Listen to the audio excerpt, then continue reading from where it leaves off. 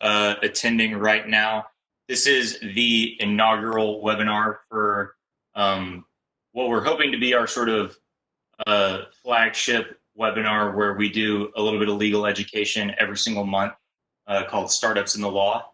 My name is Kyle Kurtz. I'm one of the partners of Jones Kurtz. I'm joined today by Matt Jones, who is also one of the partners of the law firm. And we're going to go over a little bit of stuff that we think you should know, as well as just some legal updates that that we think will really help you guys in the future, especially with all that's been going on with COVID-19. So without further ado, I'm going to turn it over to our moderator, Trit, and he is going to explain a little bit about how to use WebEx when it comes to what we're doing today. So moving to the next slide. Thanks, Kyle. Yep. There we go. It's still showing the first slide still. It is. Oh. How about that? Okay, yeah, thanks. Thanks, everyone. Yeah, I'm just going to run over some room etiquette and WebEx function how-to. So as you noticed that when you first came in, your mic's on mute. So if you have any trouble with the sound, audio, video, anything like that, please use your chat function, which is located to the right of your screen. There you can chat with other attendees, the panelists, myself, if you're having any technical difficulties. And then when we get to we're going to be doing Q&A. So as Kyle and Matt go through their presentation, feel free to use the Q&A function, which is going to be on the lower right of your screen. It's right under the chat, to send in your questions, and then I'll read them out loud for you guys.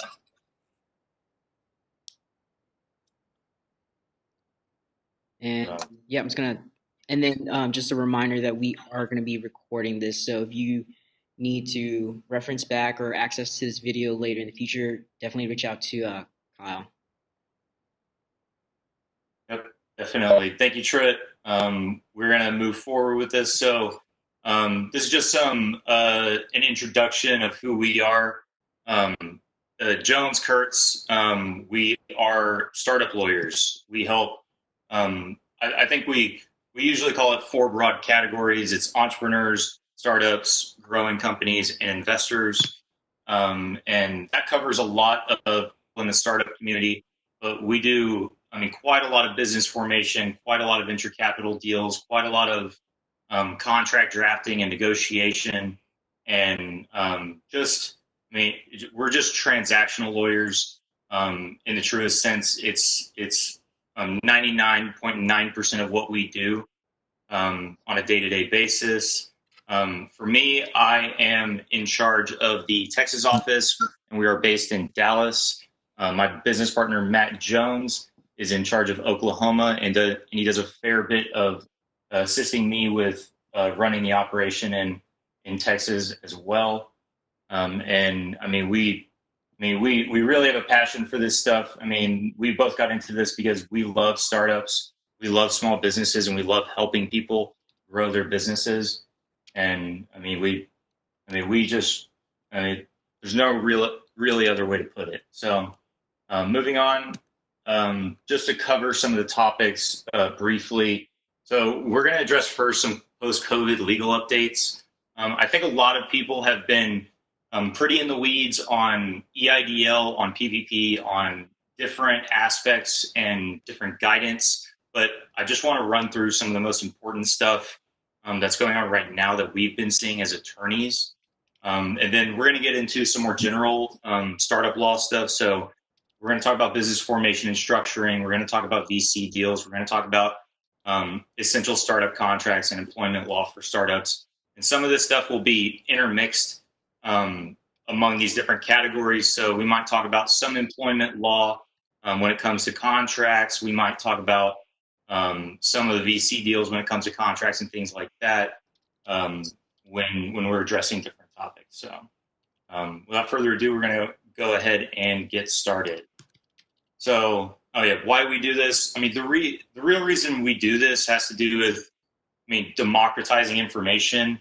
I mean, we firmly believe that educating people from the legal standpoint of their business sets them on a better foundation and will make them more successful in the future. I mean, we think we give you a better chance at being successful at getting to profitability for your business, as well as just, I mean, sort of helping you along the way. I mean, that said, this webinar and this slideshow that we're going to show and present to you is really for educational purposes only. We're not really selling anything to you. We're not going to talk about pricing. We're not going to talk about anything as if this were a sales pitch. This is mostly to give you information based on the stuff that we know from our experiences as startup attorneys. So we're going to move right into CARES Act updates. So there's been some PPP. This is what has been giving people the most trouble. Recently, I think as early as I think it was May 1st or 2nd, that the government issued guidance that there would be a good faith sort of requirement, or not, I guess not necessarily a requirement, but you would be presumptively found to have made your application in good faith, despite whether or not you needed the money. So long as you gave the money back before a May 7th deadline. And this sort of good faith, I guess, guidance that they issued, and then that they kept updating as of May 3rd, which is the most recent guidance that the Treasury Department issued. They, I mean, they, apologies. So this applies mostly to public companies, though I would caution certain people who might be making hundreds of millions of dollars that are private companies on whether or not they truly needed funds. I don't think that applies to a lot of people here, but the truth is, what you see in the news about companies giving the money back, almost every single person who's giving the money back is saying something like, we firmly believe that we complied with the law when we did this application, and that we still comply with the law even though we're giving the money back. They're just eliminating the risk as well as sort of saving a little bit of their reputation. I think we've seen that with Ruth's Chris Steakhouse, Shake Shack, other businesses that have given the money back. And I think we're going to see more and more of those that got millions and millions of dollars. I know for a fact that there was one in DFW who I believe they gave back $76 million as a chain of hotels. And so, I mean, it's just, it is what it is.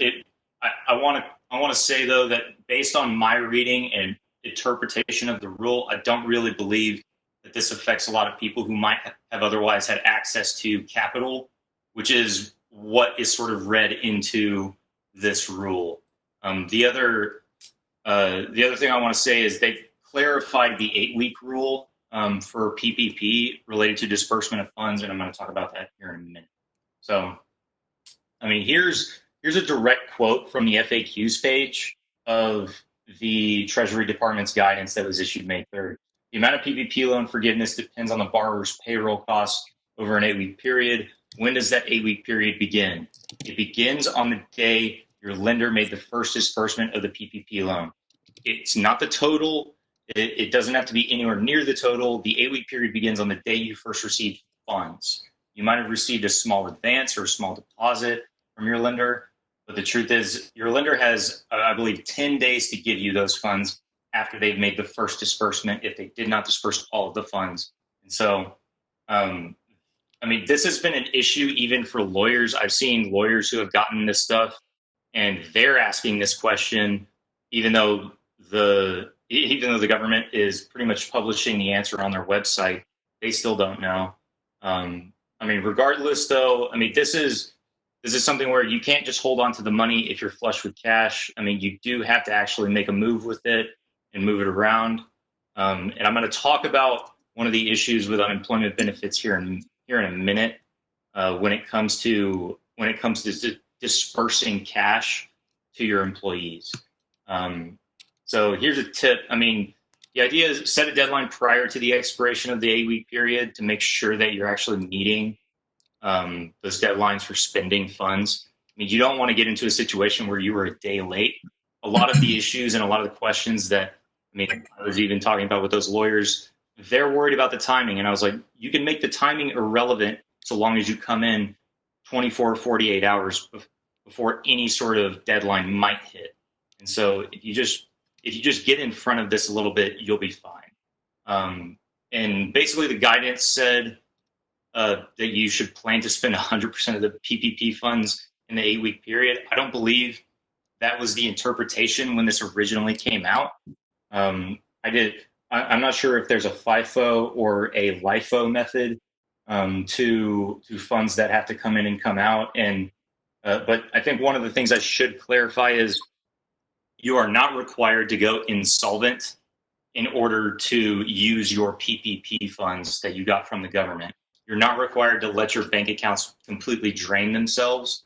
The idea behind the PPP is that you are supposed to use it, I think, first, in my opinion, is what it's saying. So, and if necessary, I would say best practice, involve an accountant or an attorney, preferably an accountant. Accountants are really into the weeds on this stuff. I mean, they know this stuff back and forth because they've been doing it almost exclusively, I think, for the last month straight. So, so here's another question that sort of plays into whether or not you have to give the money back. Do businesses owned by large companies with adequate sources of capital to support the business's ongoing operations qualify for PPP? The answer is borrower must certify that the loan request is necessary to support ongoing operations of the business. I mean, you have to take into account what you're currently doing, what you're spending, capital, what have you. The reason I added this slide has to do with access to venture capital funds. A lot of startups might actually have access to funds outside of the PPP. And I mean, based on one interpretation of the rule, I'm not saying this is right or anything, but some people could argue that if you had access to VC by way of the fact that you've previously taken VC from an institutional lender, I mean, the government may ask you in an audit whether or not you ask those people for money first. As a lawyer, I'm not really sure that's too much of a valid question, because I mean those people could very easily just say no, and the idea was that this was just a mad rush for the bank to try to fill out these applications. I mean, when this first came out, I mean, a lot of people didn't understand it enough to be able to make a judgment call about whether they truly qualified. So, Hey Kyle, there's actually a question on this. yeah. Someone asked, is it exactly 8 weeks, not 2 months from the date when the funds were first dispersed? Yeah, I believe it's 50. I believe it's 56 days. So, I mean, it'd be 8 weeks, 8 full weeks. So, I mean,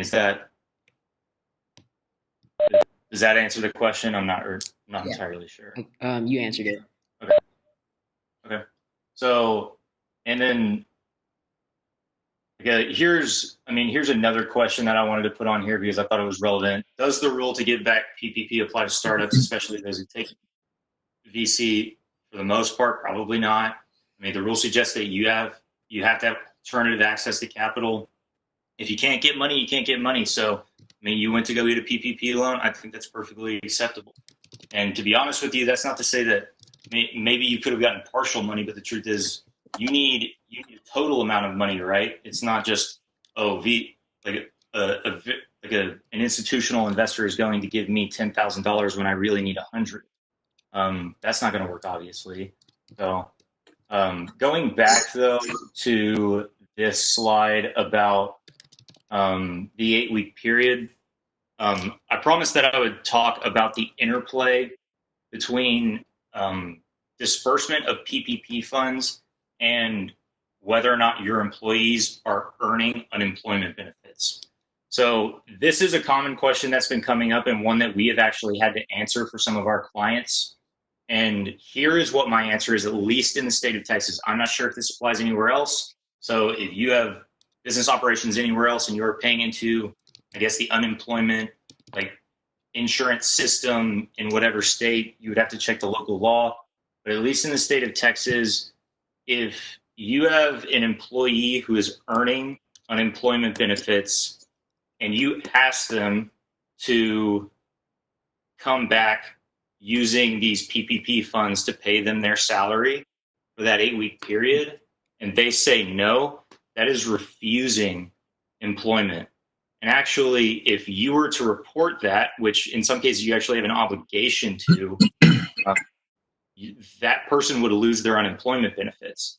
And you probably heard in the news that unemployment benefits are earning people quite a lot of money at the moment. As a matter of fact, I believe in the state of Texas, if you are on unemployment, you are also receiving not just the base level of unemployment, but $600 above that, which means you're earning something like a prorated salary of almost 50 grand a year.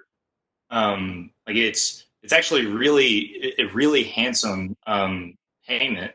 And I mean, quite frankly, I'm kind of jealous. But it's one of those things. It's like you you you have to consider scenarios for yourself when you're evaluating how to go about this. So the two scenarios are this: you ask your employee to come back, tell them you're going to use the PPP funds and that they're going to go off on employment benefits if they're currently getting them. Your employee comes to you and says, I don't want to do that. I really want to wait this out and earn as much money as I can, and then we'll do it. The problem is that might not actually work. Um, my fear is that the government will look at the timing of when the last unemployment benefit payment was made to that individual, and then look at the timing of when your PPP fund payment went to them, and sort of suspect that there might have been collusion between you to sort of, I guess, I don't want to say defraud the government, but I mean, it's essentially what you're doing in order to get more money out of them. It's almost a scheme. And the truth is, like, it seems innocent enough as it is, but you that's a very thin line you're crossing when you do that. And so, I mean, but the problem is that situation. If let's say you were actually going to report to the TWC that you were going to the TWC and you're going to try to get that person off of unemployment benefits to come back and work for you. Well, in that situation, you might end up on the news. I'm not sure if that would be good for your reputation. I can imagine that that person might do a fair bit of commercial disparagement against you online, as well as, I mean, on Facebook, Instagram, Twitter, what have you, as well as, I mean, sort of trash your Google reviews too. And that's just PR that you don't need and a headache that you don't want. And so, I mean, that the alternative to that, obviously, that a lot of people are finding themselves looking to is, do I just bite the bullet on PPP and it, like, say that, it was going to be forgivable? Now it's not. I mean, we're just not going to do what we were supposed to in order to get it forgiven. And so now you're on the hook for the principal of that amount that you got, as well as 1%. I believe it compounds monthly, if I'm not mistaken. So, I mean, this is a balancing act, and when you are communicating with your employees about this is a very sensitive topic. You should probably, like, if you do have a lawyer, I would recommend that you talk to that person when you're doing this, so that you don't get into some sort of legal trouble. You should definitely not threaten people with reporting them or anything like that. If you're going to do it, you should probably just do it, and then wait for whatever happens after it. I mean, this is a sticky situation to be in, but at the same time, I mean, my hope is that the Treasury Department and all of the people who are taking care of this sort of thing are going to issue more guidance, as well as the TWC. I hope that they issue clearer guidance. They did issue some guidance, I believe, at the end of last week or over the weekend about how to treat this situation. But when I was reading it, all I could think was, this doesn't really go far enough, and it's not specific enough for most people to benefit from. And so my hope is that, regardless of the situation with this unemployment benefits versus PPP issue, that the government ends up allowing you to forgive PPP. And I mean, based on what I'm reading, like that, my suspicion is that it's sort of going in that direction. The longer we go into this crisis without working. So, Hey, Colin, um, there's we have two questions lined up. So the first one yeah. is, are these slides going to be available after the webinar? Yes, absolutely. We are actually going to send out an email blast to every one of the attendees, and for the people that couldn't make it, we're going to send it out to them anyway as well. And we're also going to send out the video too, so you'll have both. Awesome. And then the next question is, it will be great to know if payroll cost includes the employer portion of payroll, which is Social Security plus Medicare taxes. That off the top of my head, I am not entirely sure of. My suspicion is that it would, but it's something that I would have to look up. I just don't know that answer off the top of my head. So I'll make a note of it and see if I can answer that question, and update the slides before I send them out. That's actually a very good question. Thank you. So, yeah, other than that, I mean, if you have any other questions, do feel free to send those to myself at Kyle@joneskurtz.com or Matt at mjones@vergelaw.com. We're going to field those questions as much as we can and try to answer those for you related to this seminar, Do you related want to the me, webinar. do y'all want me to Yep. drop your email in the chat so everyone can kind of like copy and paste it? Yeah, go ahead and do that. All right. So, yeah, here we go. So I'm going to let Matt take over the reins on this for a little bit and talk about some of the excuses to contractual performance that are sort of legal excuses rather than just a, hey, I can't pay, that type of Yep. thing. Thanks, So, Kyle. Hey guys, so we're transitioning completely out of PPP, CARES Act stuff, and now we're going to field a lot of things talking about now what, like post-COVID moving forward. I would say a good majority of our practice and the work that's come in the last few weeks has dealt with advising clients on contracts in particular. So whether we're talking lease agreements, SaaS agreements, license agreements, financing agreements, and angel or seed financing deals. So whatever would constitute a contract, we're fielding a lot of questions on both sides of the table with respect to clients who are saying, "Hey, what are my obligations under the contracts, given the circumstances with COVID?" And then also on the other end of the spectrum, "Hey, I have a bunch of contracts out that I'm wondering, does the other party need to perform, or what are their obligations?" And so I just want to give everyone a little bit of ammunition in their toolkit. I think when we're talking legal theories, and whether this is what Kyle just talked about and what we're going to be talking about moving forward, we're not talking about if we have to litigate an issue and take it to a jury trial and go all the way through that. What's the outcome going to be? These tips are going to address more what you guys can put in your toolkit as you're negotiating contracts, as you're negotiating financing deals, as you're negotiating real estate transactions. These concepts are just so you guys get a broad overview of where you stand, where you know the other party can stand on a legal front, and then how can we implement these things moving forward, just to leverage. A lot of people think of legal in terms of how do I protect myself or how do I go after them. But really, I think you all should view the legal component of your businesses or your ventures more in the sense of how do I build an infrastructure and toolkit around me, knowing these are the things I could do, these are my leverage points, and this is where at least I know the boundaries and the rules lie. So when we're talking about contracts, and again, any contract, a legally binding contract, lease agreements, financing agreements, all SaaS agreements, license agreements, independent contractors agreements, services agreements, you name it, any contract, you'll often hear, you go to the four corners of the document to see what are your rights or the other party's rights in the agreement. So first and foremost, if you guys have questions on what do I need to do under this contract, or what does XYZ party need to do, first thing you're always going to do is go to the contract itself. And as we're talking about COVID and post-COVID type stuff, a lot of discussion is on, do I or do the other party, do we need to perform under this contract? Can we delay our performance? I mean, can we get a prorated amount, or do we have to pay the full amount because things aren't quite like they were at the beginning when we entered into the contract?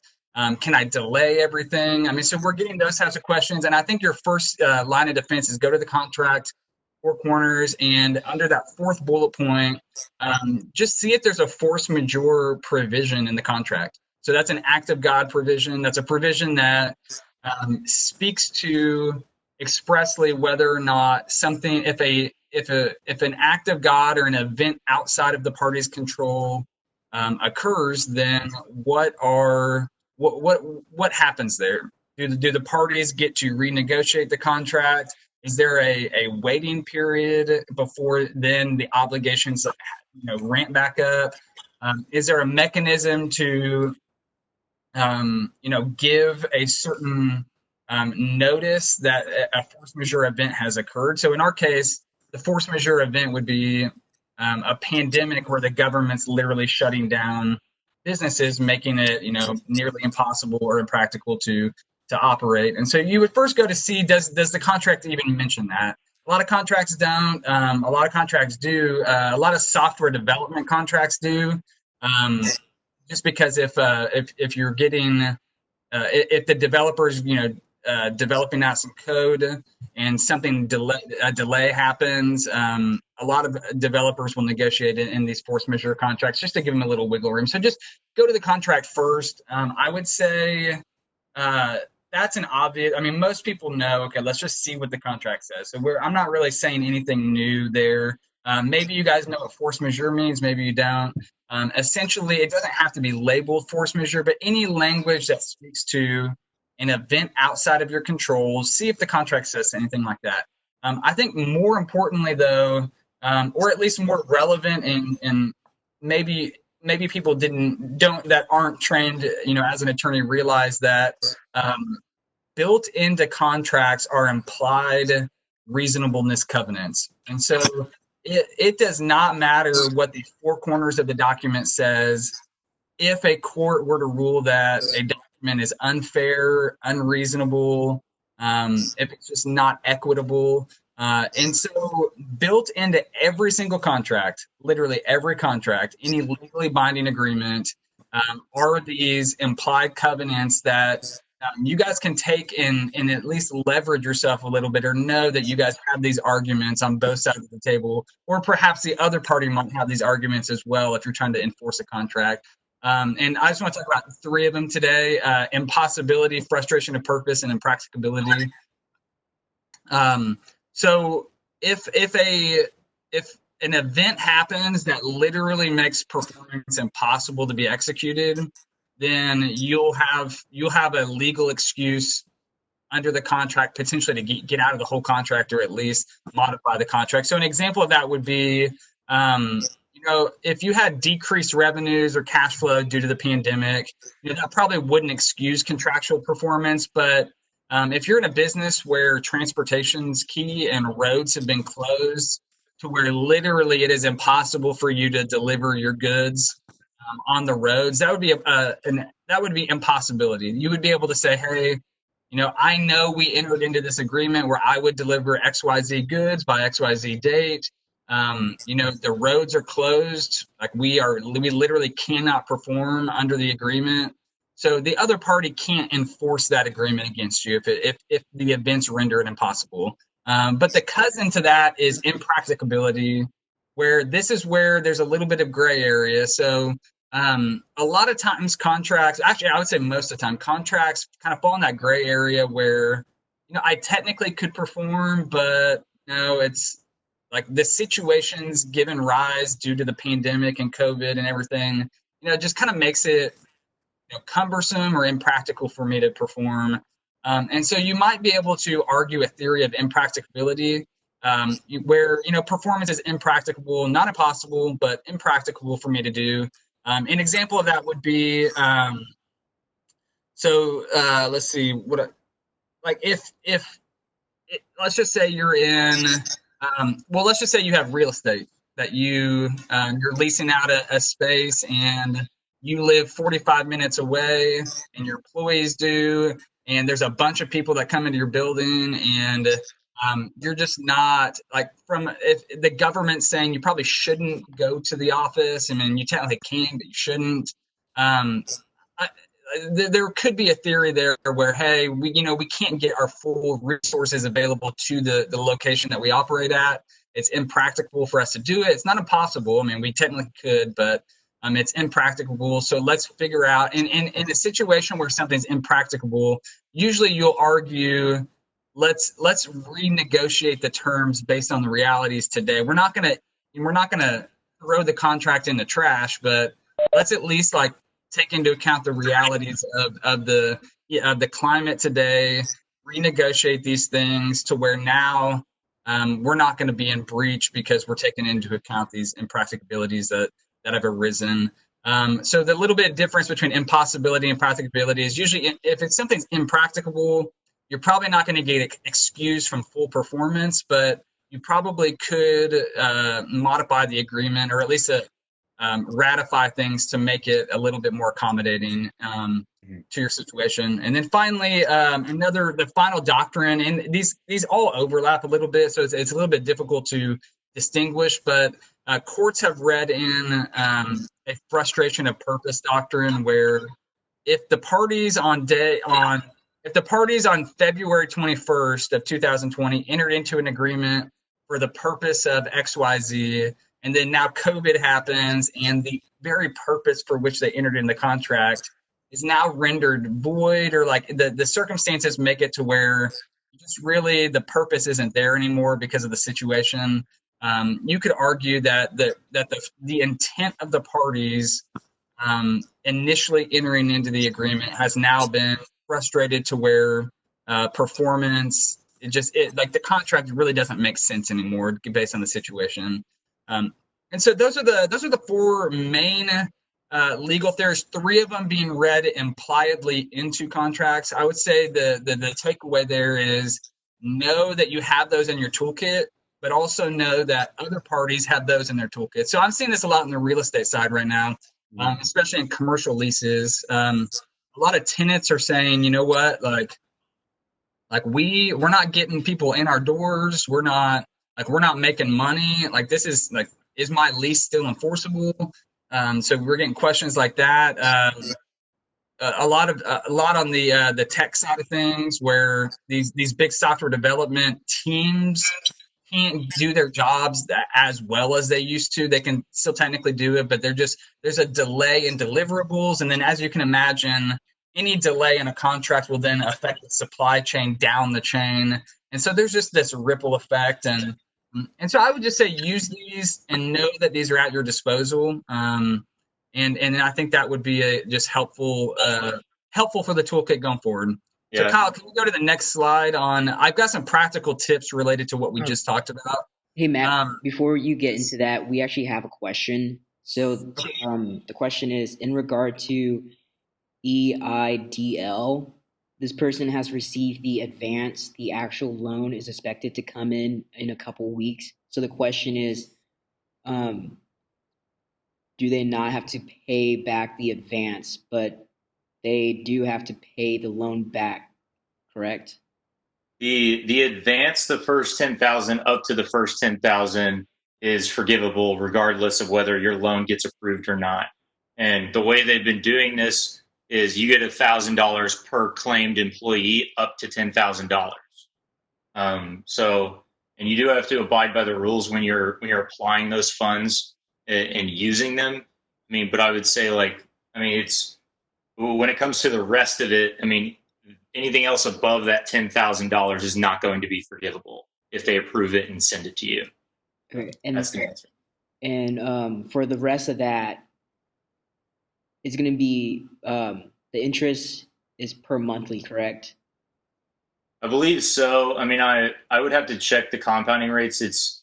I mean, I believe that with these loans, like the promissory notes that are being used, the loan documents, I should say, the that are being used, I mean, are going to be pretty much uniform across different banks, but banks are allowed to use their own forms so long as they conform to the law. I mean, I'll have to double check to see if the monthly thing is true, but I swear I read that the other day. I mean, where it was a monthly compounding interest rather than like a continuously compounding factor or anything like that. And guys, just I'm not going to chime in much on the PPP stuff and the EIDL. One thing I would encourage everyone who's going down that route or has a reason to educate yourself on that. Everything is your banker, your local banker is your number one resource there, because a lot of this stuff is on a bank by bank basis. So from a large perspective, a 30,000 foot view, the IRS and the government is slowly releasing out guidance as questions come. So bankers within the SBA system are sending these questions to the government, asking these different scenarios, and then the government's responding a week or two later with guidance on them. And so there's this back and forth dialogue on all these kind of nuanced, minute questions. And frankly, whatever you read in the news is relevant maybe today, but that could, the nuances of that could change. Usually those articles that everyone's reading, they have the gist of what's happening. The very minute details of that are getting fleshed out in all these guidances. So I would say if you have a local banker that's participating in these programs, that they're the number one resource to go to. Us lawyers, we know how to interpret the law, but it really doesn't matter, because a lot of banks they're just saying, if we're comfortable with this, we'll do it this way.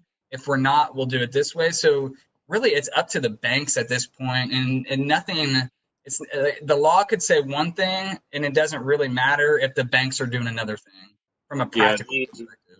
Yeah, the only other thing I would add to that is, I mean, like regardless of whether the compounding rate of your loan is monthly or continuously compounding or annually or whatever, like the truth is, the loan documents that your bank sends you are going to be pretty much a one-sided sign this or don't type of thing. I mean, you don't really get a choice, like as to whether or not that's as to what the compound interest rate is on that. And so it doesn't really matter. And also, I mean, with like certain things like PPP, I mean, I've spoken with some people where they said they stopped taking certain PPP loans because they had so many people who were technically employees trying to claim themselves as independent contractors. There was so much fraud going on that they just stopped doing it for certain people. And so, and that's on a bank by bank basis. Yeah. Okay, let's for the sake of time. So if you have specific EIDL or PPP things, shoot us an email on those. A lot of those questions I think can be answered via email. I think everyone has the 30,000 foot view on those. And so turning back, just kind of as a transition back to the contracts post-COVID, a lot of people are asking questions, you know, as I'm writing contracts or as I'm negotiating contracts moving forward. You know, everything's hit the fan with this whole COVID pandemic. Like, what do I need to do to make sure if something like this happens again, or, I mean, and even probably more realistic, there's like a rebound of the virus and things start kind of shutting down again in the fall or in the winter. Like, how can I protect myself now moving forward? What's happened in the past has happened in the past. Let's talk about what do I do to protect myself moving forward? And a few things, and we talked about them before, is know if a force majeure clause in your contracts will benefit you. A lot of times force majeure contracts benefit one party, and they actually are to the detriment of the other party by the nature of it, because it's delaying performance. So know whether or not you're in a position that that a delayed performance on your end, that you need protection for that, or alternatively know the other party, if they delay their performance, is that going to adversely affect you? And so you'll know whether or not you should add in this force majeure language into the contract. That would be the number one thing. I would say some other important things. If the stakes are high in contractual performance, you might require personal guarantees. So going back to some of the real estate deals that we're seeing, a lot hinges upon whether or not the tenant has personally guaranteed the lease, for example. And this doesn't have to apply just to real estate. It can apply to other contracts as well. But as we'll talk about here in a minute, if you're doing business in an LLC or a corporation, then a potential creditor can only come after the assets of that corporation or that LLC unless you have a personal guarantee. So whichever side of the coin you're on that, if just know that that's a way that you can get further protection if you need it, or if you're signing a contract. I would advise against personal guarantees right now because you can limit your exposure through the LLC or the corporation. I'd also consider maybe putting in non-performance fees and having interest accrue on those. You're seeing a lot of delay in performance, and if you have a provision that speaks to the fees and payments in contracts accruing interest over time, it just incentivizes payment to happen quicker. So you might get bumped to the front of the line. So if someone has 10 different debtors that they're trying to get money from, you want to be towards the top of that list. And to get to the top of that list, or of them to pay you, then if you have interest accruing on their account, they're gonna view that account a little bit more urgent than maybe other accounts that they have. So that's just a practical way to get to the top of the list. You always want to think about indemnification provisions, where if COVID 2.0 happens, then and then damage to a third party happens because of a delay in performance or some other reason, that you have someone stepping into your shoes to indemnify you against any damage there. That's just a simple way to shift risk to other parties. And then I would say, finally, this will be my last kind of wrap up before we turn on. I would say just using COVID and this as the current economic climate as an opportunity to renegotiate contracts. I think that now is a terrible time to file bankruptcy, and everyone knows this. There's so much stimulus money going into the economy that it just is. Most bankruptcy attorneys are turning their clients away, saying, wait this out a little bit longer because you don't know what stimulus money. There's a lot of people who are racking up some debt right now. So people are in a position now to renegotiate and restructure some of these debt obligations that they have or other obligations. So I'd say use it, evaluate your current contracts and use this as an opportunity to just renegotiate and explore the possibility of essentially starting over, or at least modifying your arrangement in your current contract. So, and then remember that it's all about negotiation. So we could talk legal theories all day long. At the end of the day, most things happen across the table. And if you can just use some of these things as leverage, some of these knowledge tips as leverage, I would say, again, negotiation right now is most people have the most leverage they've ever had. So if there's a few arrangements that it makes sense to negotiate and renegotiate things, I think now would be the time. So Yeah. And then Yeah. one question that Yeah. just came in. I'm not sure how to pronounce this, but would a force majeure cause typically cover a contractor if they catch COVID and are unable to complete a contract on time as a result? maybe. So obviously it depends what the force majeure contract says or what the language says. We're advising clients now to actually put in that a medical emergency or a pandemic or a public health emergency would trigger a force majeure event. So I think some of the uncertainty lies right now in the sense that courts haven't really developed precedent on what a global health pandemic would do to contractual performance. So baseline is we don't know how courts are going to interpret it. And the reality is a court in Texas is probably going to interpret it a little bit different than a court in Oklahoma, than a court in California, than a court in New York. And so there's nationwide uncertainty. What I would say is that my default answer to that question, if you have to have a black and white answer, would be I believe it would excuse performance. The degree to what it excuses performance, that's up in the air. So I think that you could really rely on those doctrines of impracticability and frustration. Well, probably impracticability more than anything as your legal argument to, hey, how can I perform this if I've contracted something? The government wants me to stay away from people. Like I'm basically, have to stay at home for the next whatever. So I think that's probably the legal theory more than anything that you in that particular situation. Yeah, the only thing I want to add to that is there are other remedies as well. I mean, the EOC, the Equal Employment Opportunity Office, commission, has actually published some guidance on employee rights in these situations where, if they're going to put you in a situation that could possibly compromise your health whenever you do go back to work, they do have an obligation to either enforce that you wear PPE or give it to you or something like that. The other thing you could go is the route of the Occupational Safety and Health Association or agency or whatever it's called, OSHA. If you think that you've been put in a situation that has harmed your health, you can submit a complaint to those entities, and in some cases you might actually find relief that way.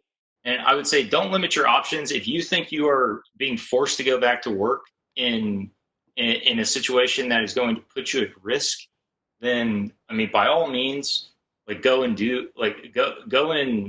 try to enforce your own rights in those ways. You don't necessarily need to get a lawyer to sue somebody to do that. That said, there are a lot of people who are trying to get people to sign waivers of liability right now, and I'm glad this question came up because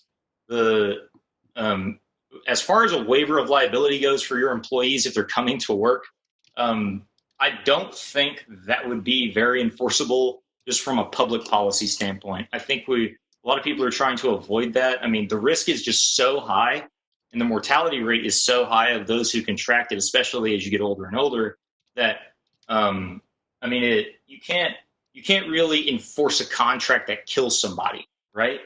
That's why we would say it's void as a matter of law. So, I would say just consider that, especially if you run a startup or a business where you have employees and you're trying to bring them back to work under a waiver. Probably don't do that. I would recommend, from a best practice standpoint, provide them with the safety equipment that they need to perform their jobs and make them self-report. You are actually allowed under the EEOC's guidelines now to force your employees to take their own temperature, and in some cases, you're allowed to take their temperature before they enter a workplace. Now, you're allowed to require that as a matter of safety. So, anyways, we're going to move on from those previous topics, which sort of address all this post-COVID stuff, and move into more generalist stuff. And I'm going to try to move pretty quickly since we only have about 35 minutes left. This is designed to be very, very generalist in nature to provide you an overview of some of the stuff we think goes overlooked when people start businesses and start growing them from a business formation contract standpoint and beyond. So here's some advantages and disadvantages. And I think Matt, with his experience, can attest to some of these things. LLCs we know are super easy to form. A lot of us have probably done one already or ran one. They're super flexible. You can usually you can make them member managed or manager managed. They're generally pretty inexpensive to operate as well compared to other types of entities like corporations.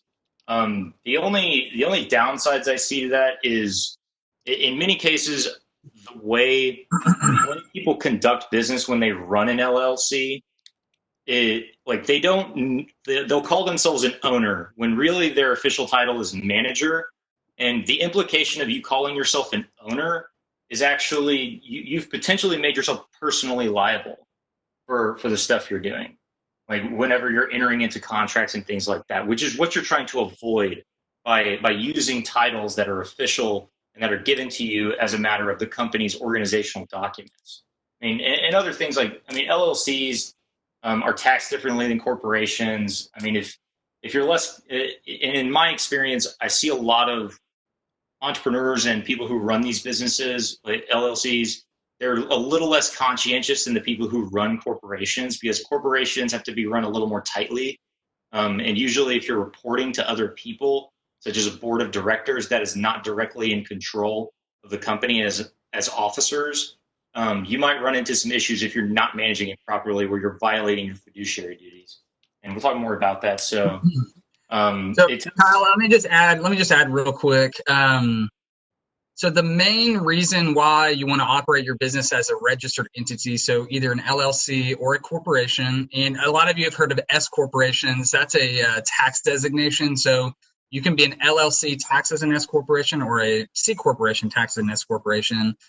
So the reason you want to operate is primarily for the liability shield, and we referred to that earlier, but you just want to make sure that your personal assets or the assets of other businesses you own are not commingled and subject to any sort of judgment or taking from your business operations elsewhere. So an LLC and a corporation create this liability shield around your business that protects its assets. And I would say LLCs are the easiest to spin up. They're the most popular.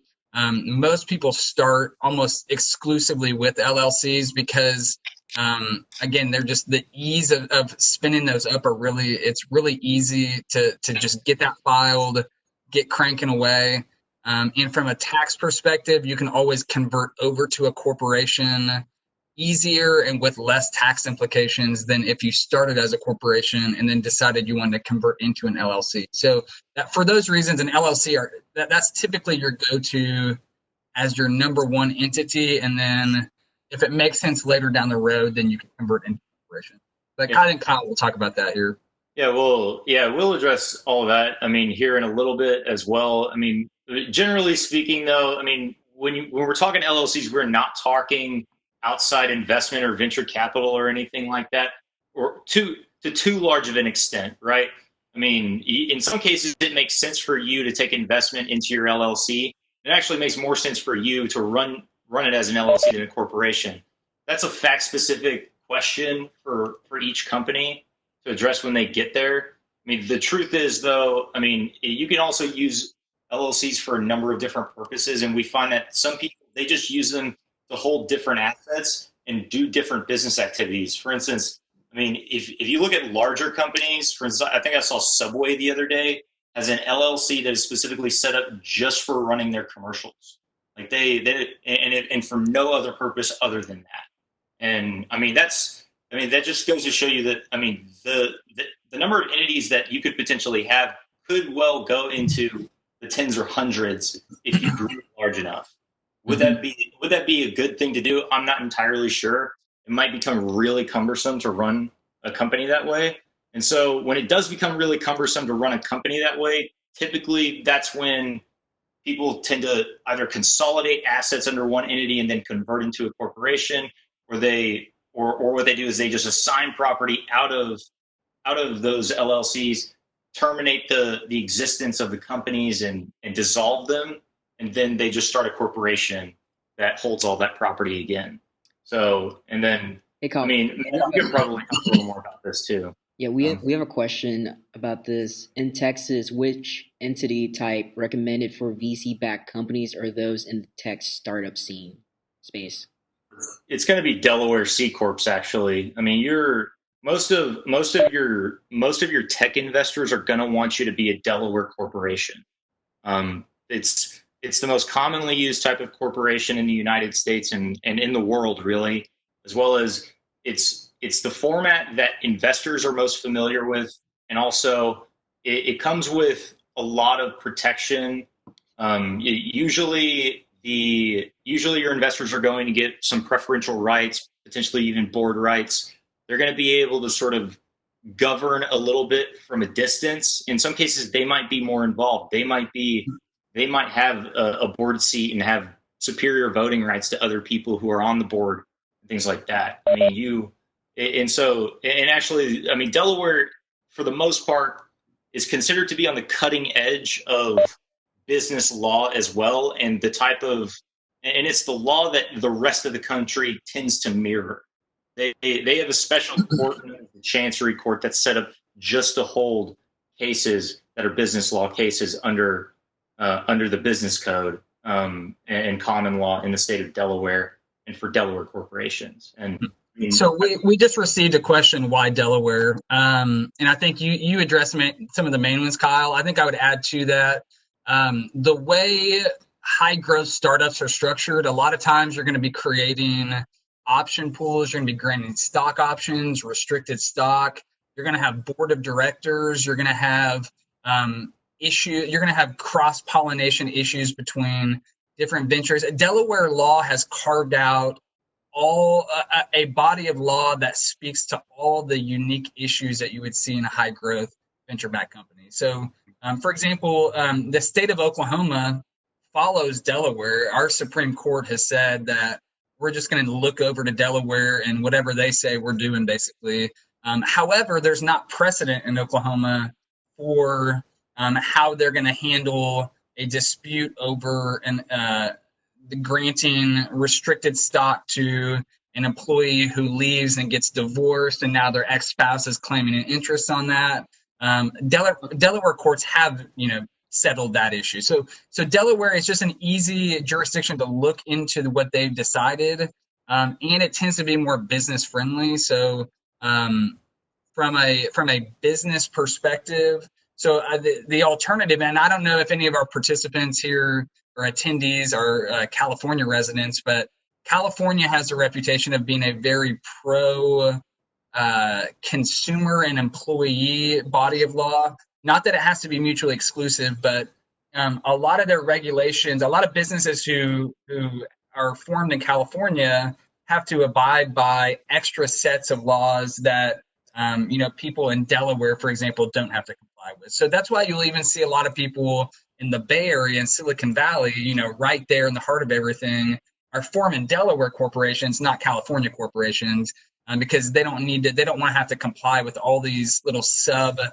regulations that regulate business. So when we're talking about pro-business versus pro-consumer, some states are just better than others. Texas is a great state. It's a pro-business state.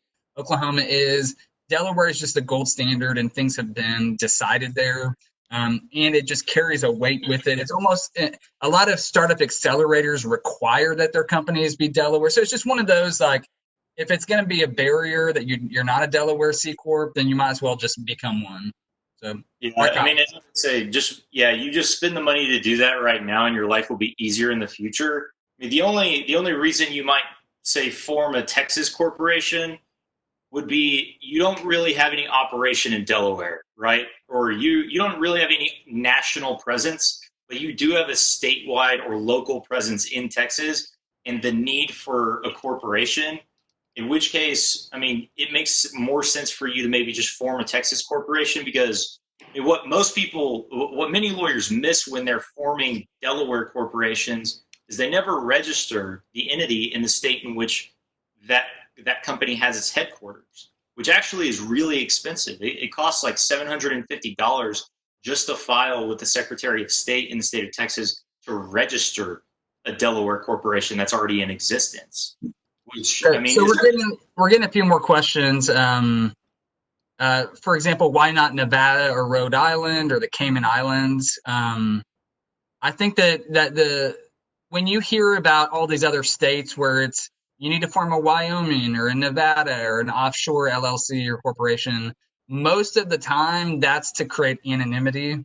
So we do have some clients, especially who want to create levels of anonymity to where, and a lot of times you'll see it in real estate more than anything, where people want to hold their business interest to where no one can really trace it back to them individually. The IRS will be able to, banks will be able to, but a lot of people want to hide their identity behind their companies You'll see it in oil and gas a lot too. Oil and gas and real estate tend to be two, because you have a lot of speculators out there trying to get asymmetrical information. And so a lot of times you'll get advice to do like a Nevada or a Wyoming or a Cayman Island LLC in situations where you want to remain anonymous. But those aren't necessarily the jurisdictions that you would want to create like a high growth startup venture backed company. So that's, Yeah. and back to Kyle's point from a while back, each entity and each venture that has its own rules, and it requires a different analysis. And so a lot of what we're saying are just general concepts, but I mean, that's why I would advise to speak with someone when you're about the nature and get into the details of what you're trying to accomplish with your entity, because sometimes the Nevada or the Wyoming or the Rhode Island route would make sense, just not in like a VC venture back situation. Yeah, and the only thing I would end on is, I mean, if you're starting a Cayman Islands entity, just so you're aware, that's actually way more difficult than you think it is. You actually, if you're a non-resident of the Cayman Islands, you have to go through a police background check just have the opportunity to form an entity there. As well as, I mean, it's typically used by people who run hedge funds when they're attempting to have some sort of international investment side of things. I mean, and for some private equity funds, they structure the Cayman Islands entities on the side, just to run international investments to different countries. I mean, it's when it comes to Nevada, I've heard that you have preferential tax treatment, which may be true. I believe franchise tax wise in Delaware, you might pay a little bit more, but you are getting the benefit of the best law the land has to provide, in my opinion. Mm-hmm. Like, And Taylor, to your question, does it matter where you register your LLC if you plan to upgrade to a Delaware C Corp later on? Yes, mostly no, but sometimes yes. So you just have to make sure that the state you form your LLC in allows a statutory conversion over to another state's corporation. So Texas, I believe, allows it. Oklahoma, I know, does.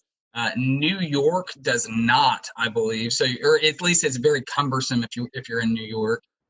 So generally speaking, most states you can convert from a Texas LLC to a Delaware corporation.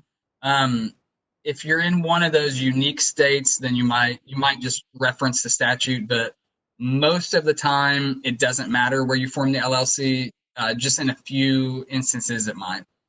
yeah, And and okay, go ahead. and another question that we have is that, do corporations incorporated in Delaware but operating in Texas have to pay taxes in both states? Technically, yes. So this is where a lot of lawyers will tend to disagree with me. I mean, but you have to read the law for what it says, and the law says that if you are operating a foreign entity within the bounds of the state of Texas, then technically you have to register it, and that means you have to pay that $750 fee, and technically you have to disclose and backdate the date in which you began operating, and pay any additional fees or fines that might have accrued over that period of time, especially franchise taxes. If you didn't pay franchise taxes in the state of Texas for when you were operating there, then technically you might be liable for that. But I mean, and that's a big issue. Like, I've seen some lawyers be pretty blasé about it and say we don't necessarily need to do that. But the truth is, like, let's say the real reason why you must do it. I mean, in some cases, let's say you get sued in Texas, you can't defend a case in a Texas court if you're a foreign entity and you have not foreign registered that entity in Texas. Technically, the lawyer could actually have your defense or your case dismissed if you were a plaintiff, just on the grounds that you have not foreign registered your entity, right? And not paid the tax. And so that's actually, when it comes to enforcing your rights, I mean, that can really mess with you, because let's say your lawyer doesn't discover that when they're attempting to file a defense to a complaint. I mean, you're like, that 21-day period in which you have to respond could very well lapse simply by virtue of the fact that you simply by virtue of the fact that your lawyer just didn't realize that you weren't registered, and that's a big deal. I mean, in many cases, it could be considered malpractice too. So I think we need to distinguish here what's a tax versus what's a fee. And Yeah. so when you're forming a corporation or LLC, you got your federal tax regime and you got your state by state tax regime. So with corporations and sometimes with LLCs, most of the corporations though, you'll have just what's called a franchise tax with each state. And most of the time, unless you're making multi-millions of dollars and have a balance sheet that contains tons of assets, it's going to be a nominal amount each year. So Delaware, you're looking at like $400 a year for a franchise tax. Oklahoma is zero unless you've reached like a multi-million-dollar threshold. Texas, similar. So from a tax perspective, just by virtue from paying the state for being an LLC or corporation, it's usually pretty nominal wherever you're at. Your fees will start racking up when you have to file these foreign registrations in different states that you're operating in, as Kyle alluded to.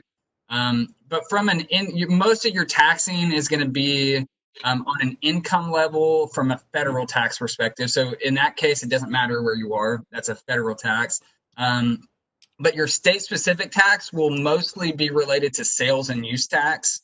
So it's and that's just by virtue of what type of business you're doing. So if you're selling across state lines, then it's just advisable to look into each state and see if they require that you withhold sales tax in that particular state. So if you guys want some quick reference on that, just Google like Amazon sales tax laws or something along those lines, and it should come up with some articles on which states recognize and I say Amazon because that's a good example of you have a product or service and you're selling it to all consumers in all 50 states.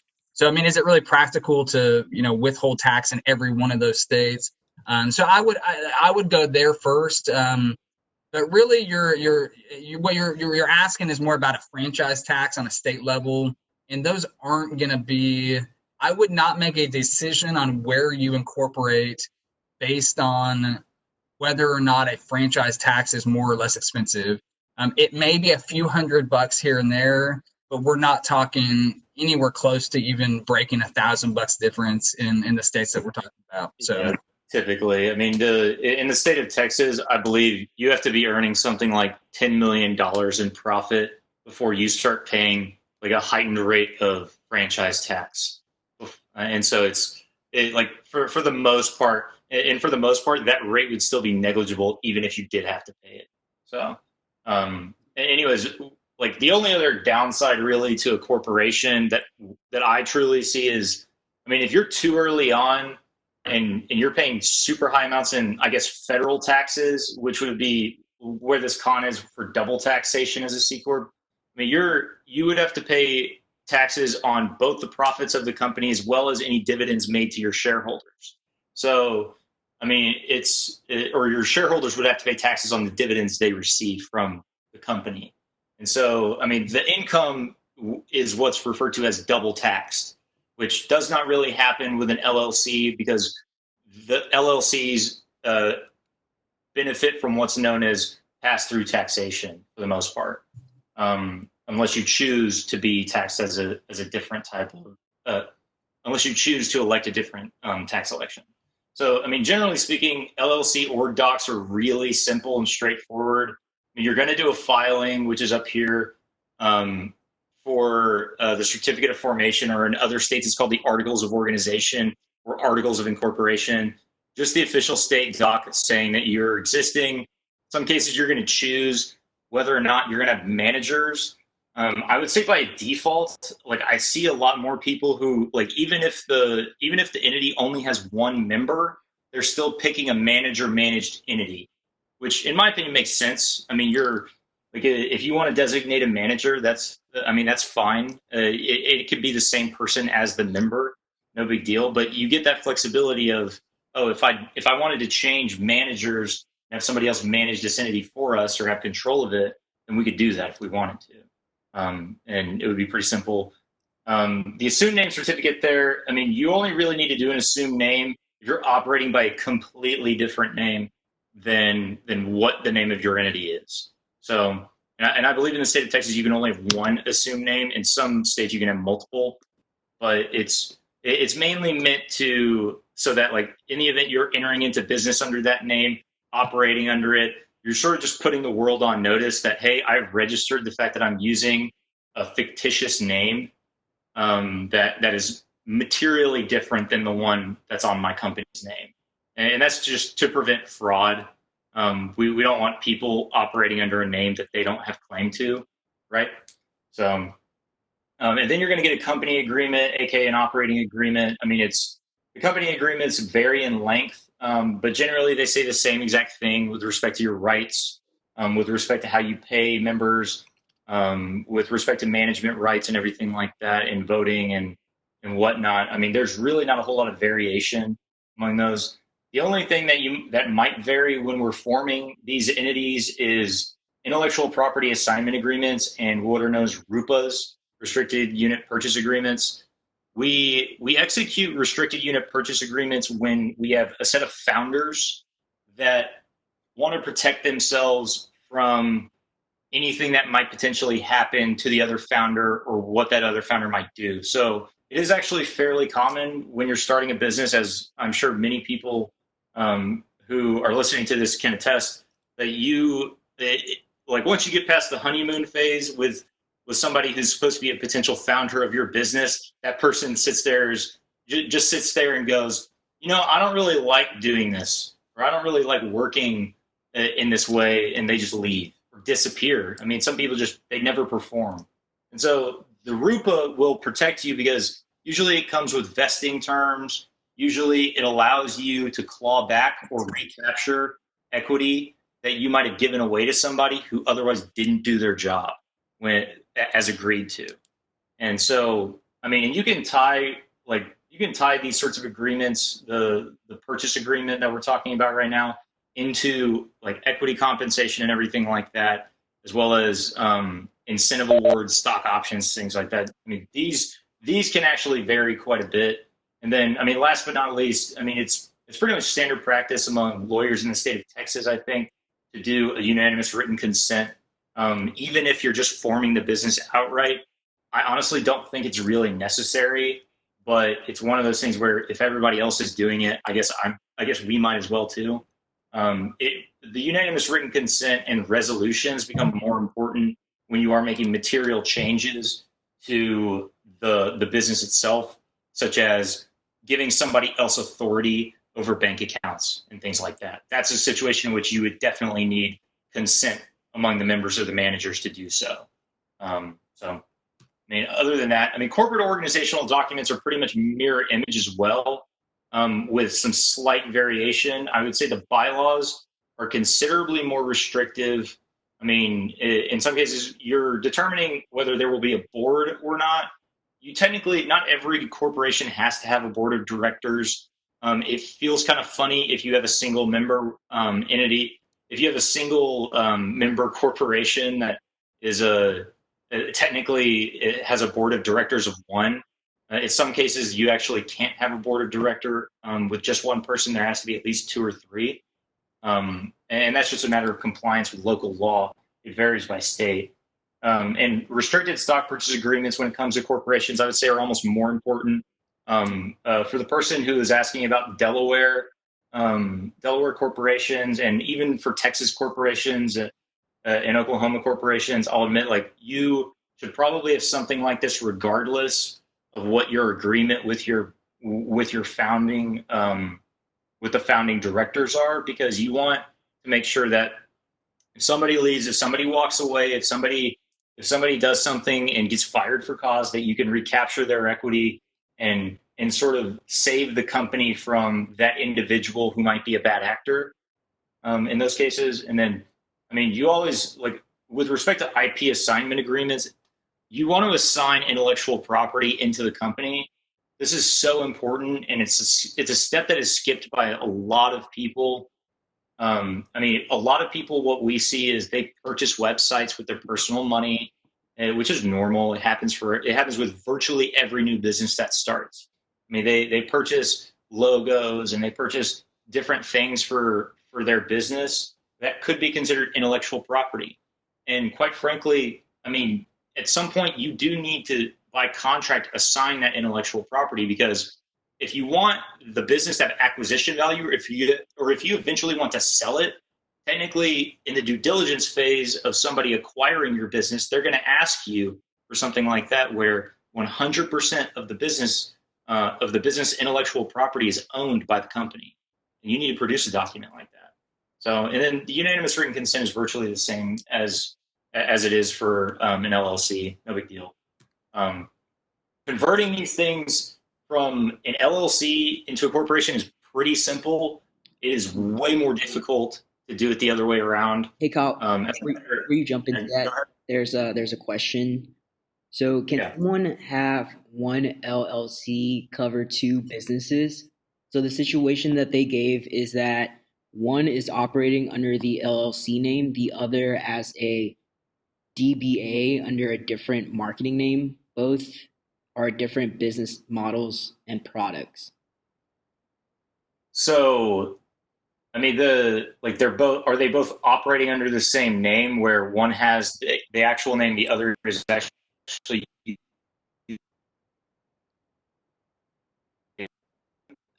So I believe that they are operating under the same I guess name, marketing name. Okay. I mean, if you own those two entities, actually, in the state of Texas, that's allowed, because you can technically sign a waiver as the owner of both of those entities and give them both the same name. I would say, though, that I don't advise it, and you definitely need to go by the proper names of those entities and disclose them whenever you're entering into written agreements with people, because otherwise they're going to feel hoodwinked whenever you're entering into documents, and they're going to wonder, why are you operating this entity under this name that's the same exact one that you own?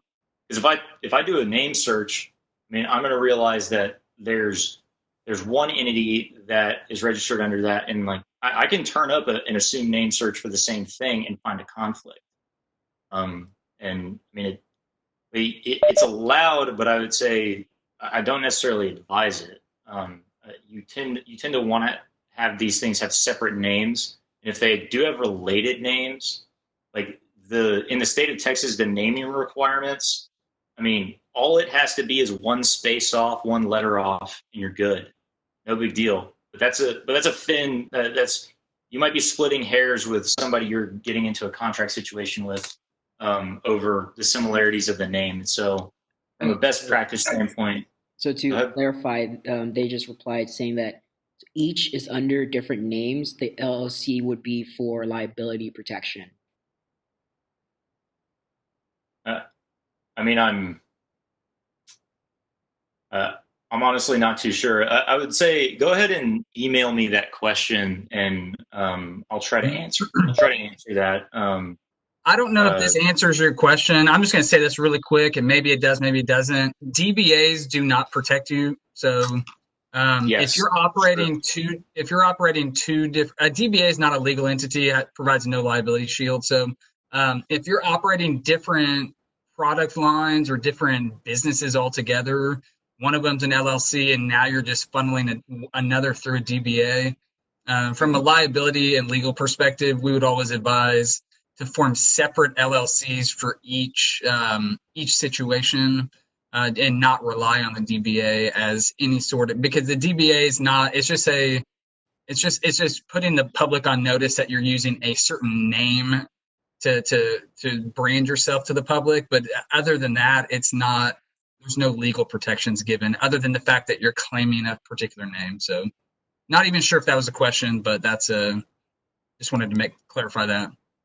Yeah. Anyways, when you're sort of converting into a corporation, though, I mean, there are a whole host of reasons why you might do it. But I mean, generally speaking, in our experience, we see these things timed around a large investment from either an institutional investor or somebody who's been around the block as a private individual investor and who just demands that you be a Delaware C Corp or else. And I mean, like I said, familiarity, fiduciary duties, better rights through bylaws, that sort of thing. riskier, higher value ventures, I mean, it makes a lot of sense for you to be a corporation because you get the maximum like shield of protection.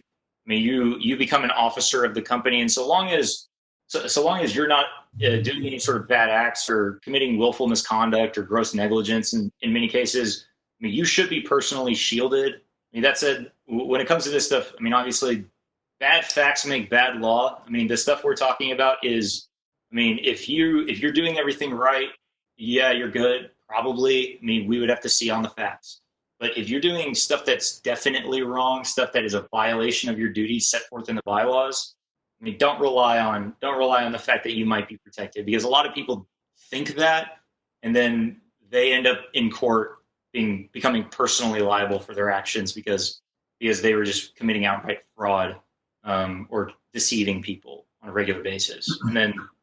And actually, the newest thing with the most recent tax law that was passed a few years ago, it actually at some point it makes economic sense almost for you to go from being either a disregarded entity or taxed as a partnership under your LLC to an S corp or a C corp or taxed as a C corp. And just so you're aware, you can be an LLC taxed as a C corp if you wanted to. You just have to make that election.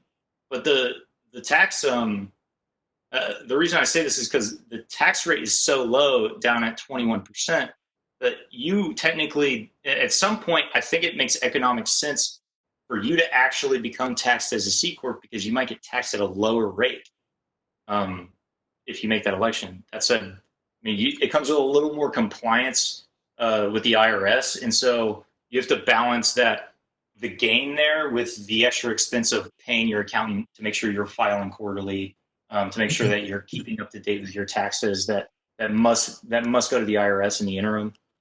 And then last but not least, if you somehow make it to being an LLC all the way up until you IPO, I mean you'd be a true like unicorn in that sense. I mean I don't think I've ever really seen that, but it would be a reason you would have to do that because you can't IPO and I don't believe in America that you can IPO unless you're a corporation. I believe that's a rule.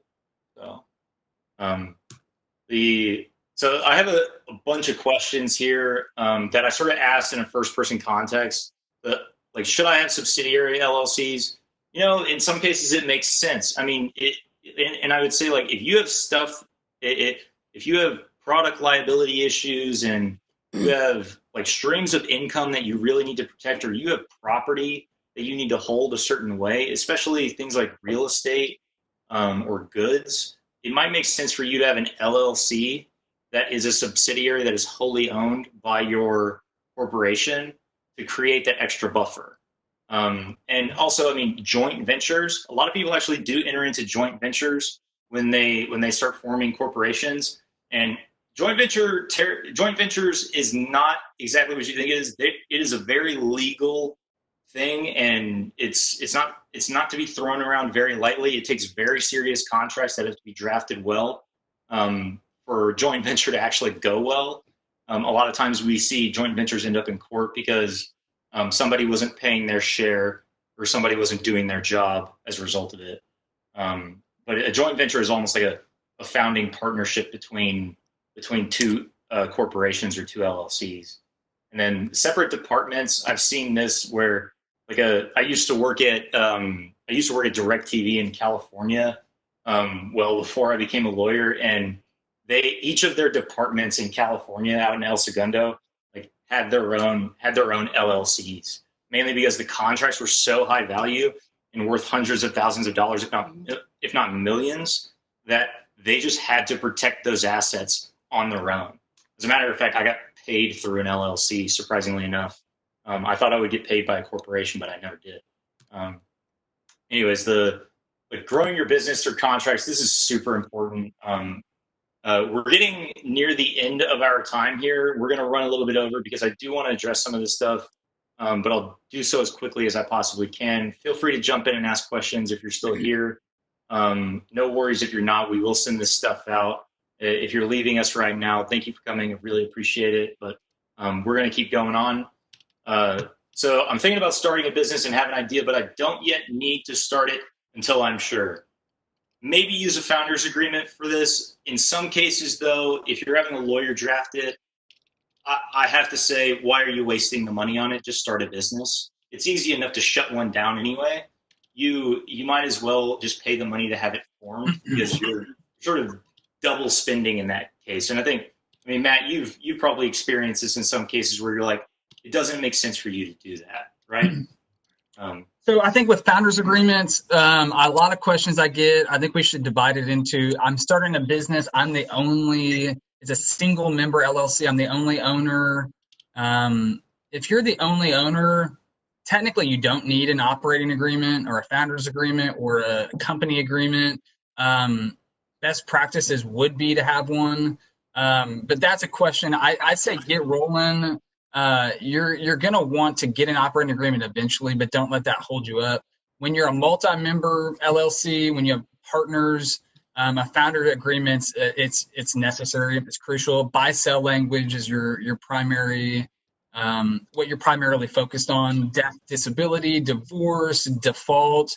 What happens if a partner goes rogue after 4 months and moves to Mexico? Do they still get to keep their equity?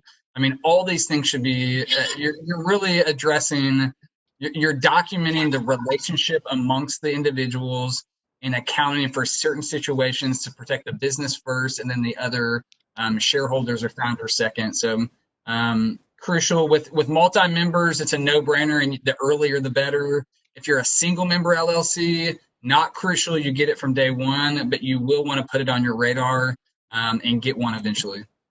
Mm-hmm. Yeah, and then, I mean, let's go to another scenario. I'm thinking about starting a business and have an idea, but I'm worried about talking about my idea.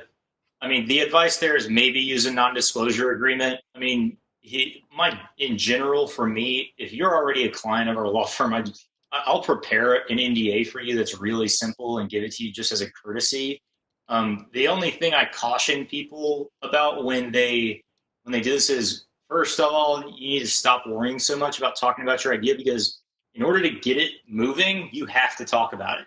And most ideas are actually not so blue sky, so star spangled awesome that people would want to steal them. Most people you would ever talk to are going to forget about them, mainly because they got a million other things going on in their lives too.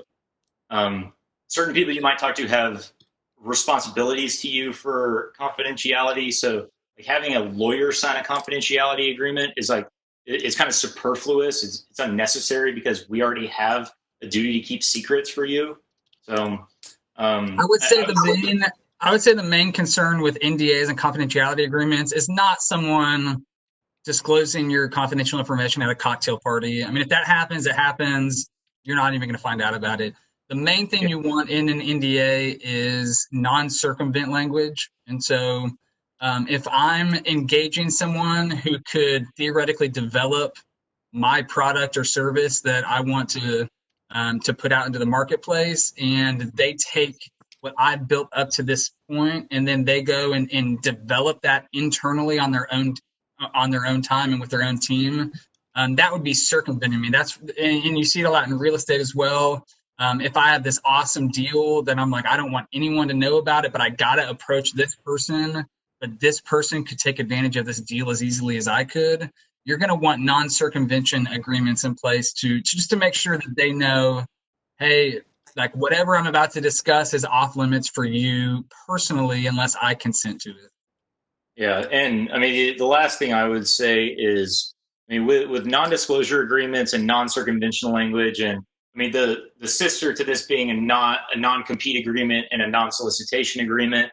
I mean, though there are pretty specific case law and statutes in almost every state on how to actually implement like the restrictions on what you're allowed to prevent somebody from doing and how long you're allowed to do it for, and I mean what the geographic area can be and everything like that. And it's, in many cases, we're looking at a 5-factor test to see if this thing, if the clause actually passes muster. So I mean, I would say if you are pulling documents offline off of one of the major online legal document companies, like you should be aware that those are written to be pretty broad. I do believe they actually do quite a fair bit of research when they do write them, but that's almost always destroyed by the person we're getting one from in some cases, because you have the option to expand the terms regardless of what the drafting originally was. And so we often see that,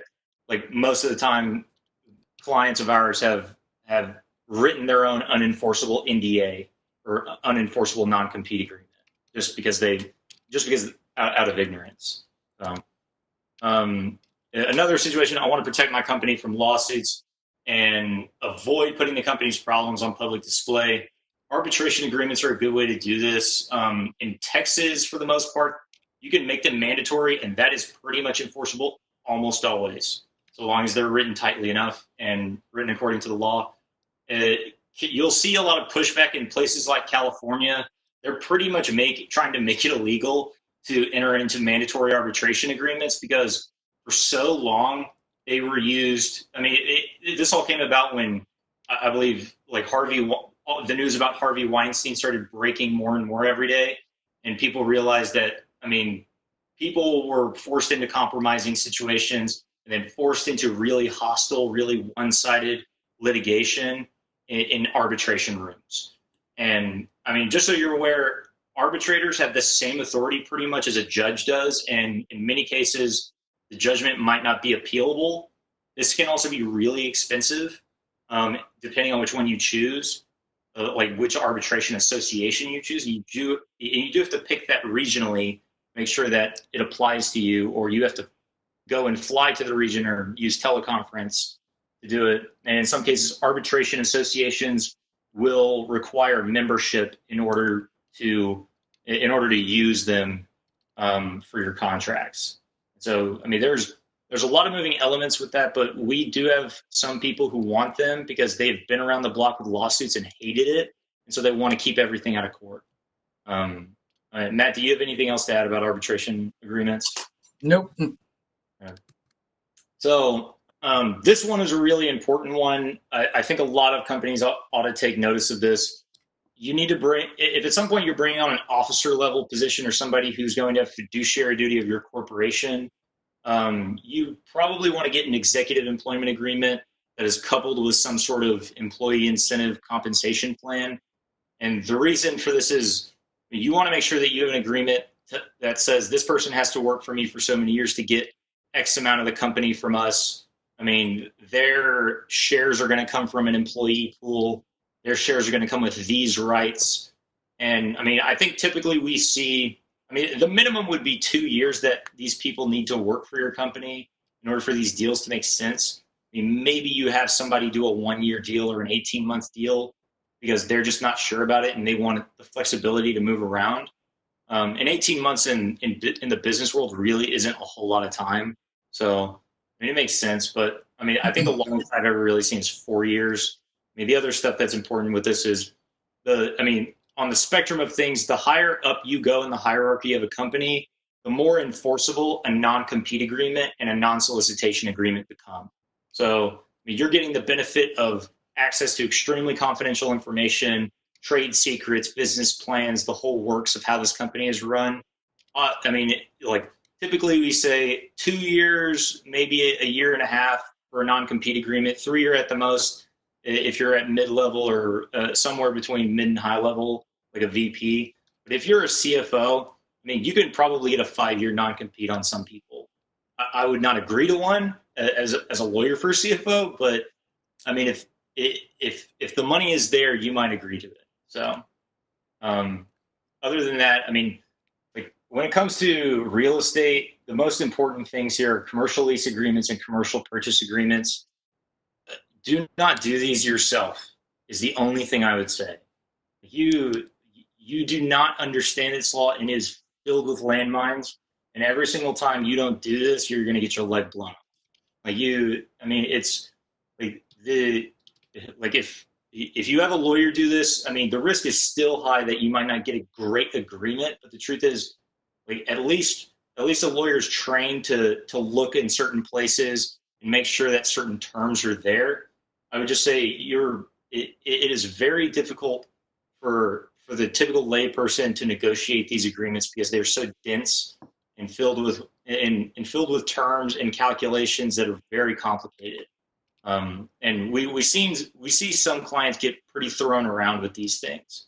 I mean, if you're negotiating them yourself rather than having a lawyer too, I've noticed that property managers, commercial landlords will throw my clients around a little more if I'm not talking directly to the landlord during negotiation.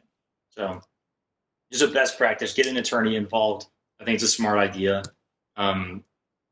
Service agreements for software are huge in our business. I mean, they're huge in tech companies throughout Texas. I mean, this is practically how software gets built. But the most important things here that you want to keep in mind is you absolutely want to, like, the first thing you need to look for is work for hire language that says that you keep all of the intellectual property of what this person is doing. So basically, this person is going to be formally an independent contractor for you, and you are going to own their work product.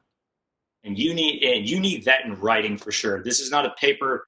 This is not a handshake agreement that you have to have. If that is not in your independent contractor agreements or in your service agreements with certain people, and you are expecting to get ownership over that IP, like, then you are potentially in a situation where that person owns your intellectual property. We see this more often than not. This becomes an issue in manufacturing of all things. Whenever you're manufacturing hard goods that could be easily replicated, a lot of times manufacturers will pull the wool over the eyes of the person who conceivably owns this stuff, and they'll say, all right, I'll manufacture it, I'll create your formula. They'll do it immediately, and then they own it. And you didn't have an agreement, you didn't have anything worked out between that person, you gave them all the information. That's a mistake. I mean, you need to get these things papered up before they do anything. So, and I think the second to last thing we're going to talk about really quickly, classification of employees versus independent contractors. This is pretty important because you don't really, it's not really an issue if you misclass it in IC or it can be an issue if you misclass an IC as an employee, because you'll probably pay more in taxes because you'll have to pay withholding tax. But the other way around, if you misclassify people who should be employees as independent contractors, then technically you're putting the onus on those people who are really employees to pay their own taxes when you should be doing so in some cases, at least the federal taxes. And this is just from a business planning standpoint, I would say, like, have somebody, like, it, I mean, if you think within reasonableness that somebody is an employee or is an independent contractor, I mean, then you could probably make an argument that they are either way. But the truth is, the person who has the final say is the Texas Workforce Commission. You need to remember that those people, if they launch an investigation against you, if somebody complains that they were misclassified, you might actually be on the hook for some penalties and back taxes because you were supposed to pay into the unemployment insurance program for the state of Texas, but didn't. And that might apply in other states as well. I would say, like, right now, I mean, those issues are not exposing themselves as readily because of COVID, but I predict in the future that, I mean, that will come to bear for some people because they had so many employees that were not actually classified properly. So, and I mean, the idea here is, I mean, control versus non-control. I mean, if you're controlling every aspect of a person's job and training them and providing them with all the resources to be able to do it, those people are probably going to be employees. Independent contractors, they use their own means, but they generally perform the work unsupervised, and the company is only expecting results. So, other than that, like, I mean, what happens if I misclassify an employee? Well, you'll probably get a letter at some point if somebody complains, or if the TWC just somehow happens to think to investigate you for whatever reason. I don't think they spend money just doing that willy-nilly, though. The reality, though, is, I mean, if you do get one of these letters, I would say hold on to it and find somebody who is an attorney to review it before you respond to it. Have them advise you on responding to it, because those things are fraught with. Just it's there's a lot of danger with those. You don't want to fill something out inaccurately and screw yourself over in the long term, because technically that person was an independent contractor, and you basically just admitted they were. You erroneously or in error admitted that they were an employee.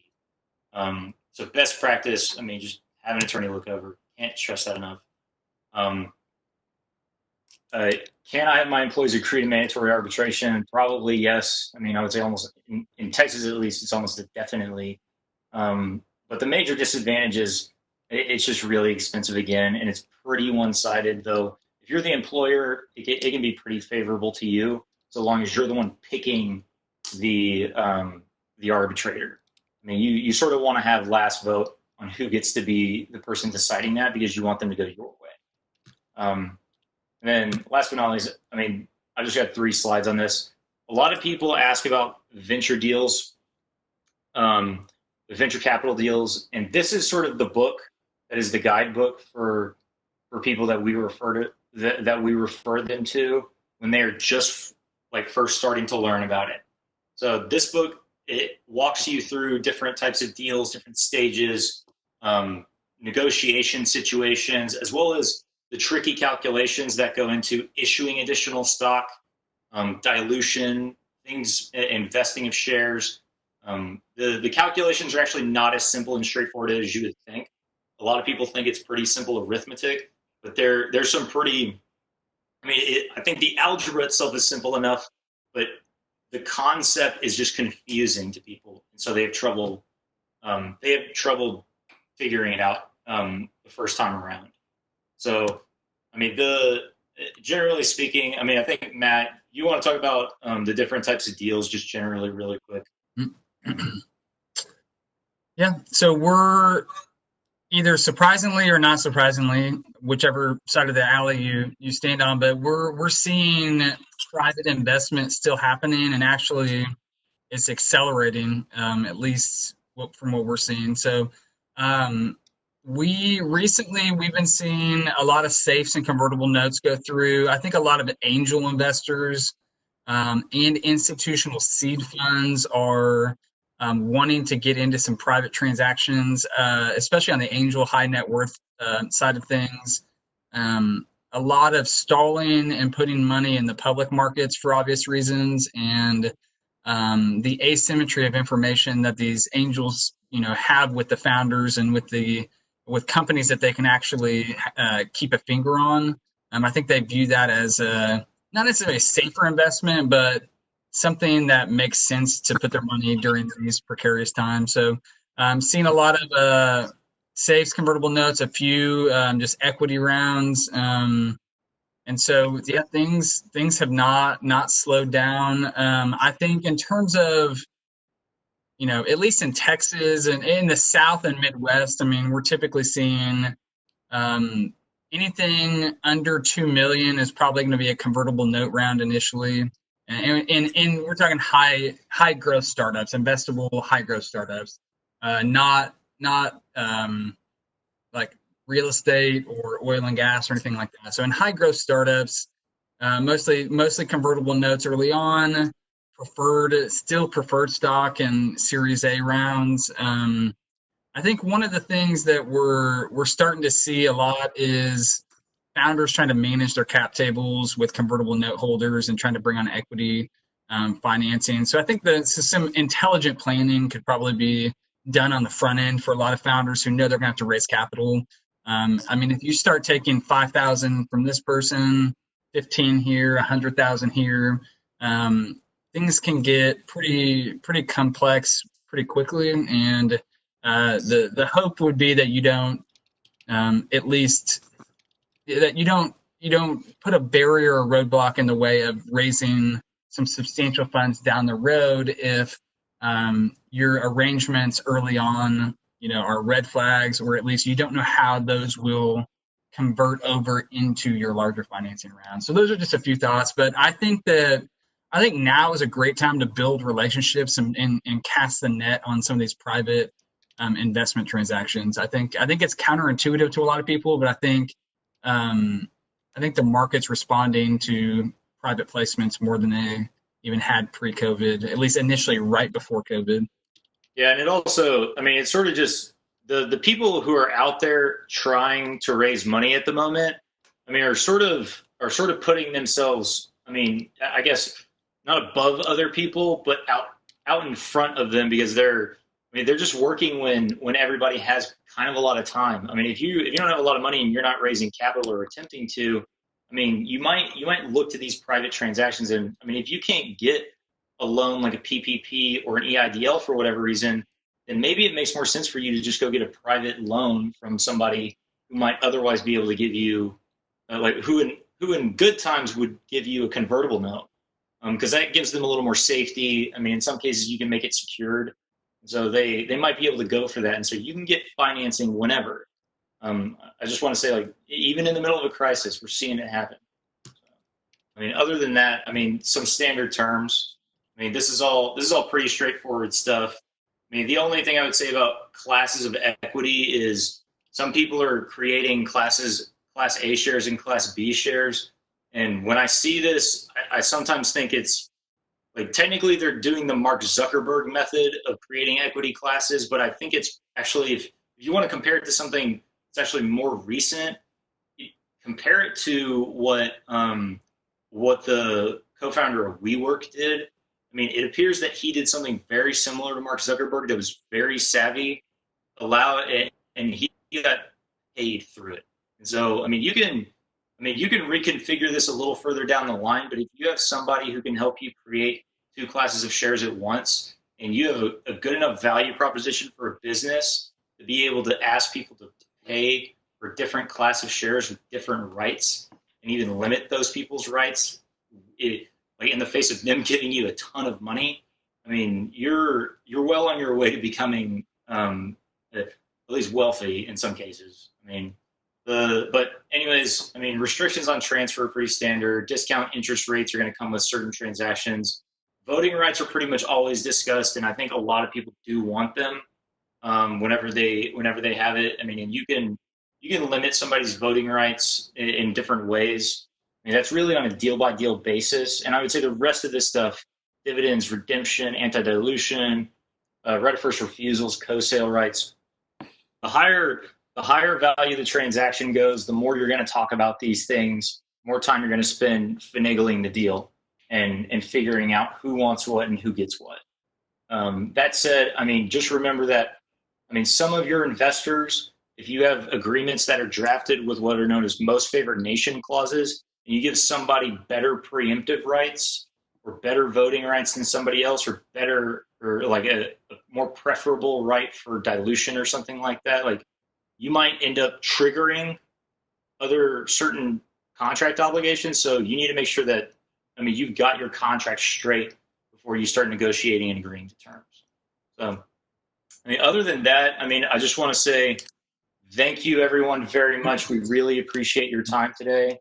I want to let you know that we love the questions. We love how interested y'all are, and we're going to be doing this again for on the first Tuesday of every month. So the next time will be in the first week of June, and we've already got some people signing up for it. So, Kyle, I think we have a few outstanding questions that we can maybe wrap this up with.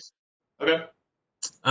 So Matthew Fitzpatrick, it looks like you're asking about, you've been quoted hourly rates in Austin of $450 per hour. This is a typical rate for a lawyer. What other fee structures can be useful? I think most startup attorneys in the Texas, in the South and Midwest markets, most attorneys who specialize in helping businesses form and get the initial steps and start won't quote hourly billing. Most will do on a flat fee basis. So that's what I would look for. Number one, we do mostly flat fees for early stage startups because we know the scope of work and we know what it will cost. And so you guys can budget accordingly. I think hourly billing makes sense later on as a company matures, where you're entering into more work that's negotiation and a lot of undefined scope, like in capital raising and so forth. 450 seems pretty high to me for an initial for an early stage company. But I think they probably just follow a traditional law firm model, if I'm not mistaken on Uh, that. So 450 an hour could be. I mean, they've probably got something like 10 attorneys. I would imagine, or something like that. I mean, they're going to be.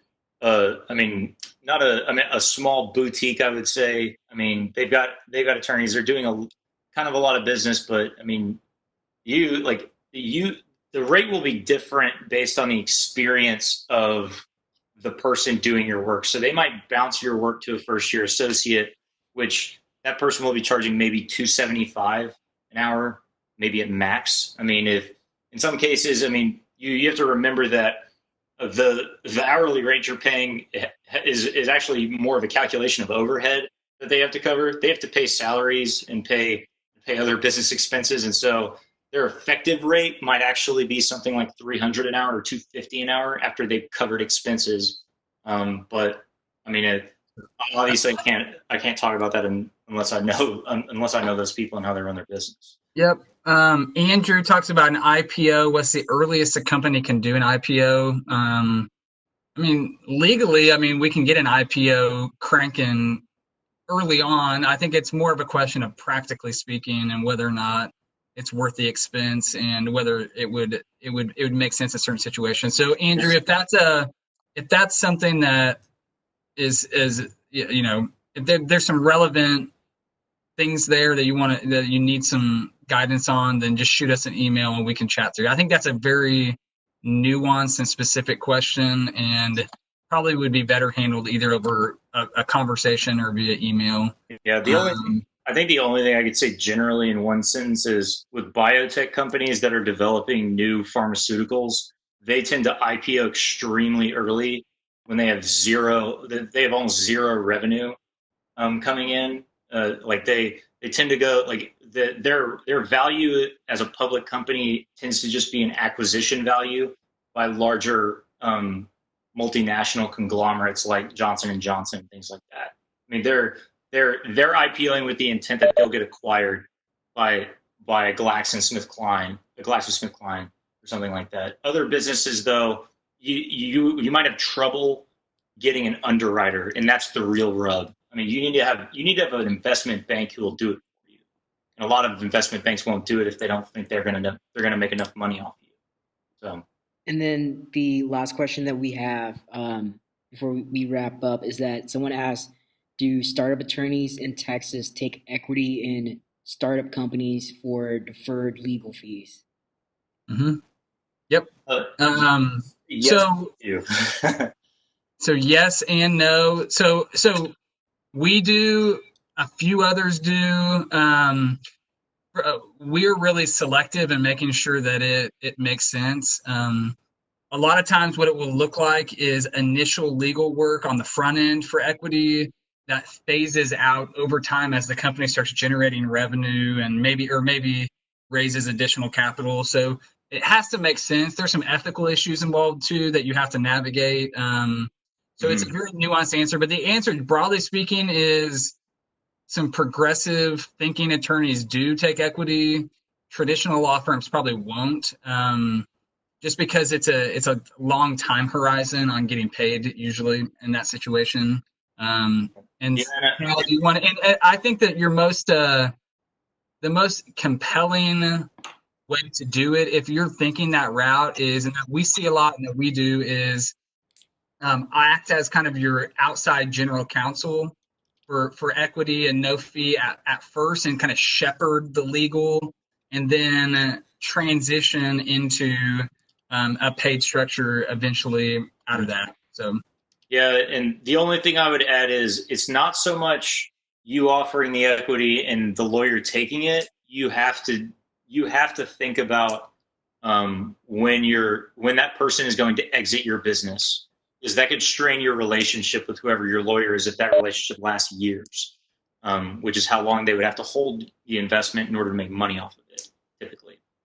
So I would say you just have to consider the different conflicts. So, anyways, if we don't have any more questions, I just want to say again, thank you guys so much for attending our presentation, Startups in the Law. We're going to be doing more of these each and every month.